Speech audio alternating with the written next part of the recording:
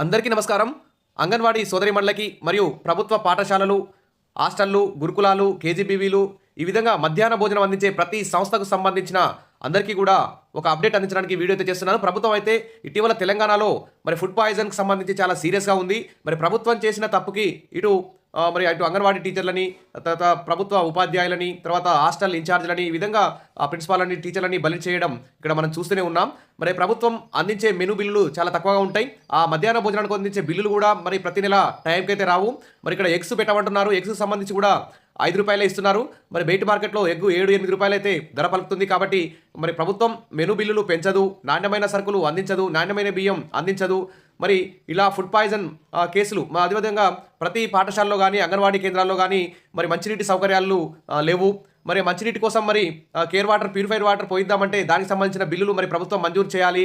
ఎందుకంటే ఇప్పుడు సాంబార్లో కానీ, అన్నంలో వాటర్ పోయడానికి కానీ ప్యూరిఫైడ్ వాటర్ పోస్తే మంచిగా ఉండేది. ఎందుకంటే ప్రతి అంగన్వాడీ కేంద్రానికి కానీ, పాఠశాలలకు కానీ, హాస్టళ్ళకు కానీ ప్యూరిఫైడ్ వాటర్ అయితే అందుబాటులో లేదు. కాబట్టి ప్రభుత్వం ప్యూరిఫైడ్ వాటర్ కూడా డబ్బులు శాంక్షన్ చేయాలి. అదేవిధంగా మెను బిల్లులను కూడా వెంటనే మంజూరు చేయాలి ప్రతి నెల. తర్వాత గుడ్లకు సంబంధించి కూడా రేట్లు పెంచాలి, నాణ్యమైన సరుకుల్ని అందించాలి. అప్పుడే ఇలాంటి సమస్య నుంచి, ఫుడ్ పాయిజన్ సమస్య నుంచి ప్రభుత్వం బయటపడుతుంది. కాకపోతే ప్రభుత్వం ఈ విధంగా సస్పెండ్ చేయడం, ఈ విధంగా చేయడం అన్యాయం. ఇక్కడ చూస్తే ప్రభుత్వం ఫుడ్ పాయిజన్ పై సీఎం సీరియస్, పిల్లల ఆహారంపై నిర్లక్ష్యం చేస్తే కఠిన చర్యలు, సీఎం రేవంత్ రెడ్డి. విద్యార్థులను కన్నబిడ్డల్లా చూడాలి.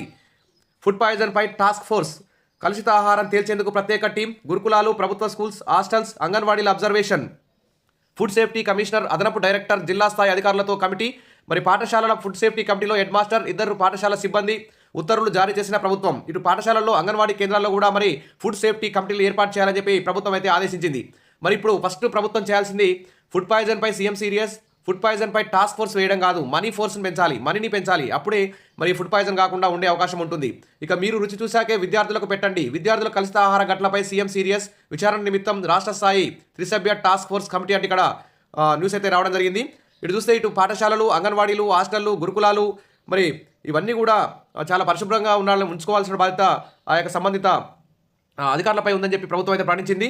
సంస్థాగత తనిఖీ యంత్రాంగాన్ని పెంపొందించాలనే ఉద్దేశంతో సర్కారు ఈ టాస్క్ ఫోర్స్ అయితే ఏర్పాటు చేసింది.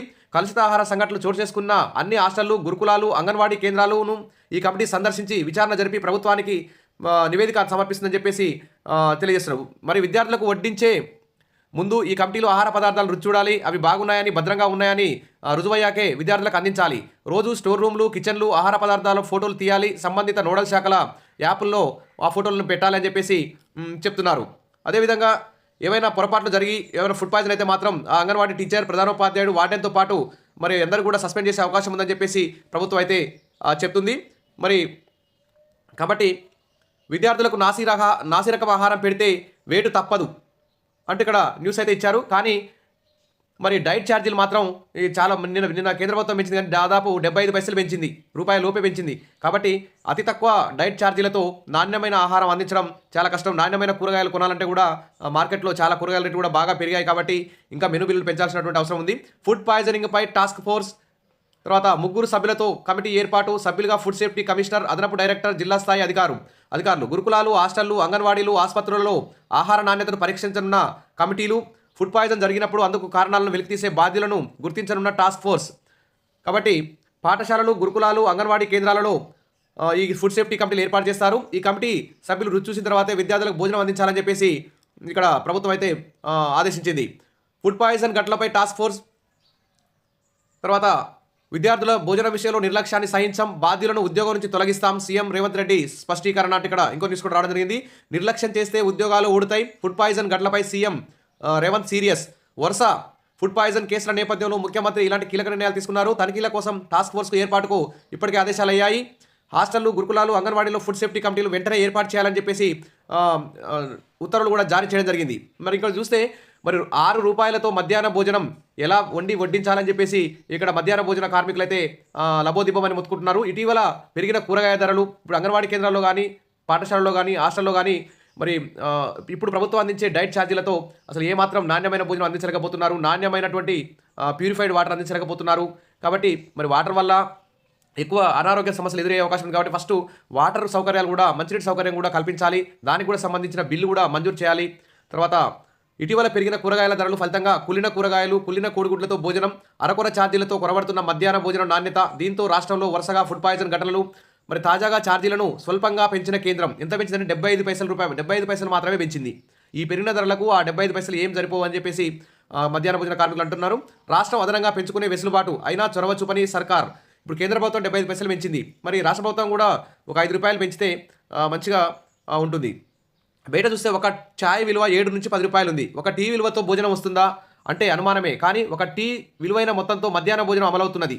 దీంతో నాణ్యత ప్రశ్నార్థకంగా మారింది. ఈ పథకంలో భాగంగా ప్రాథమిక తరగతుల్లో వారికి 6 రూపాయలు, ఉన్నత పాఠశాలలో వారికి 9 మాత్రమే అందిస్తున్నారని, ఈ మరి ఛాయ్కి అందించే బిల్లు ఒక మధ్యాహ్న భోజనానికి ఎలా సరిపోతుందని చెప్పేసి, మరి నాణ్యమైన భోజనం అందించడానికి ఎలా వీలు పడుతుందని చెప్పేసి, ఆ బిల్లులు కూడా టైంకు రావట్లేవని చెప్పేసి అందరూ కూడా లబోదిబమని మొత్తుకుంటున్నారు. ఇక ప్రభుత్వం చూస్తేనేమో మెనూ బిల్లులు పెంచకుండా టాస్క్ ఫోర్స్ వేస్తున్నాం, అది వేస్తున్నాం, తనిఖీలు చేస్తాం, ఇవన్నీ చెప్పినా కానీ వేస్ట్. ఫస్ట్ మెనూ బిల్లులు పెంచాలి, అప్పుడే ఏ టాస్క్ ఫోర్స్ వేసినా ఈ అన్ని మధ్యాహ్న భోజనం సక్సెస్ అయ్యే అవకాశం ఉంది. ఇంకా చూస్తే ఫుడ్ పాయిజన్పై బగ్గుమన్న విద్యార్థి సంఘాలు. ఉమ్మడి వరంగల్లో దిష్టి బొమ్మలు దహనం చేసిన విద్యార్థులు, ఖమ్మంలో ఖాళీ ప్లేట్లతో విద్యార్థుల ర్యాలీ, సిరిసిల్లలో కొవ్వొత్తులతో ప్రదర్శన, రాష్ట్రంలో విద్యా కమిషన్ పర్యటన అంటూ ఇక్కడ న్యూస్ కూడా అలర్ట్ కావడం జరిగింది. అదేవిధంగా 30వ తేదీ ప్రభుత్వ స్కూల్ అన్నిటి కూడా ఈ ఫుడ్ పాయిజన్ అంశంపై బంద్ చేస్తామని చెప్పి కూడా మరి విద్యార్థి సంఘాలు అయితే ప్రకటన ఆల్రెడీ విడుదల చేశాయి. ఇక్కడ చూస్తే జగిత్యాల జిల్లా పెద్దాపూర్ గురుకులం వంటగదిలో బయటపడ్డ ఎలక పిల్లలంటే కూడా ఇంకో న్యూస్ కూడా అలర్ట్ కావడం జరిగింది. ఈ విధంగా అరకొర సౌకర్యాలతో, అతి తక్కువ మెనూ బిల్లులతో మరి మధ్యాహ్న భోజనం ఇటు అంగన్వాడీల్లో కానీ, ఇటు పాఠశాలలు, హాస్టళ్ళు, గురుకులాల్లో కానీ నాణ్యమైన భోజనం అందించలేక ఇబ్బందులు పడుతున్నారు. ఏమైనా ప్రాబ్లమ్స్ వచ్చినప్పుడు అక్కడ ఉన్నటువంటి ప్రధానోపాధ్యాయులు, టీచర్లు, అంగన్వాడీ టీచర్లు, వార్డెన్లు వాళ్ళైతే సస్పెన్షన్ గురవుతున్నారు. సరే, ఏది ఏమైనా ప్రభుత్వం ఇంకా డైట్ ఛార్జీలను భారీ ఎత్తున పెంచాలి, అప్పుడే ఈ మధ్యాహ్న భోజనం సక్సెస్ అవుతుంది. సరే, ఈ టాస్క్ ఫోర్స్లు వస్తున్నాయి కాబట్టి అందరూ కూడా కొంచెం జాగ్రత్తగా ఉండండి. మీ స్థాయిలో మీ వరకు పరిశుభ్రమైన ఆహారాన్ని వడ్డించడానికి చర్యలు తీసుకోవాలని చెప్పేసి మన ఛానల్ తరపున సలహా ఇస్తున్నాను. సరే, అంగన్వాడీ కేంద్రాల్లో కానీ, పాఠశాలలో కానీ ఇంకా మెనూ బిల్లులు పెంచాలి, టైంకి అందివ్వాలి, ఫ్రీ గ్యాస్లు ఇవ్వాలి, తర్వాత వాటర్ సౌకర్యం, మంచినీటి ప్యూరిఫైడ్ వాటర్ పోసే విధంగా దానికి సంబంధించి బిల్లు కూడా ఇస్తే బయట నుంచైనా వాటర్ ప్లాంట్ నుంచైనా వాటర్ తెప్పించుకొని అన్నంలో, సాంబార్లో పోసి మంచి నాణ్యమైన ఆహారం తయారు చేయడానికి అవకాశం ఉంటుంది. కాబట్టి ప్రభుత్వం వెంటనే ఈ టాస్క్ ఫోర్సులు కాకుండా నిధులు పెంచాలని చెప్పేసి అందరూ కూడా భావిస్తున్నారు. Wish all the best. మరిన్ని అప్డేట్స్ కోసం మన ఛానల్ని ఫాలో అవుతుండండి. వీడియోస్ అయితే లైక్ చేయండి. Thank you.